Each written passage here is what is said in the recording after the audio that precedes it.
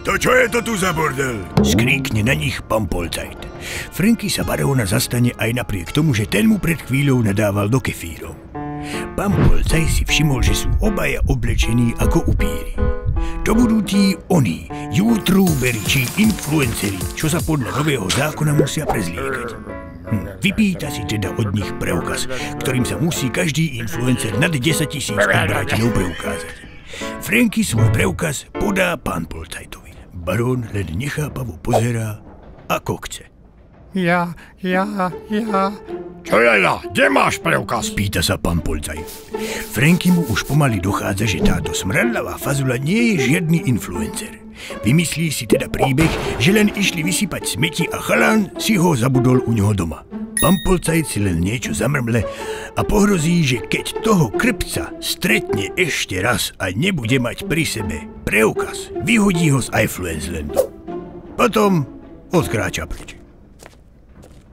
Barón sa od strachu takmer keď pomyslel na to, že by sa mal vrátiť späť do strašidelného Vitungulandu. Franky podá barónovi spadnutý cesnak. Ani nevie, akú mu tým spravil radosť. No ten smrad, ľudia... No, poďme radšej ďalej. Ale na fupaku sme skoro zabudli. Tá ich stále potajomky úplne nepozorovane... No áno, snažila sa sledovať tých dvoch, ktorí keď prišli k Franky do bytu, ten sa hneď baróna spýtal, čo je vlastne zač a čo je to ten Vitunguland. Barón sa začne rehotať. Aký Vitunguland? To je Vitunguland. Žijú tam hrozostrašné príšery a vládnu tam mocní upíry ako ja. Barón Bite. Medzi tým vo Vitungulande. Nechýba ti niečo? No, bodla by soľ. Ale prosím ťa, aký upíry a Vitunguland? Odvetí Franky a odíde do kuchyne. Barón sa rozhliadne po izbe, položí svoju truhlu a zvedavo nazrie do druhej miestnosti. Tam si zrazu všimne... Plavúka! Zľakne sa až tak, že vyletí až na strop. Čo? Ďalší bajtovec v iFluencelande?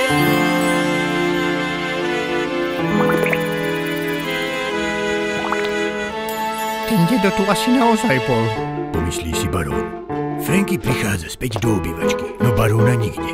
Pozerá doprava, doľava, hore. Tá necháš tú lampu! Veď aká drahá bola! Hybaj dolu! No podľa ti to treba. Priniesol mu niečo na pitie, veď pitný režim musia dodržiavať určite aj upíry a poprosí ho, aby negrgal cesnaky. Franky začne špekulovať a povie barónovi, že ak je skutočne upír z Vitungulandu, musí získať influencerský preukaz, aby si ostatní mysleli, že je len obyčajný influencer. Ten získa až po dosiahnutí 10 000 followerov a len tak si tu môže spokojne chillovať. Vraj sa mu to podarí iba vďaka sociálnym sieťam ako sú YouTube a Instagram.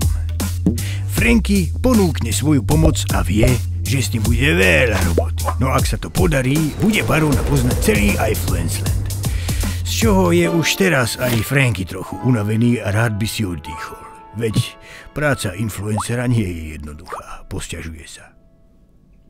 Ale nebude to len tak. Barón súhlasí a navrhne mu, že ho na oplátku zoberie do Vitungulandu, kde ho nebude nikto poznať a zároveň, aby uveril, že príšery a upíry naozaj existujú. Uzavrú chlapskú dohodu, no v tom... Čo, fupaka? Kde si sa tu... No...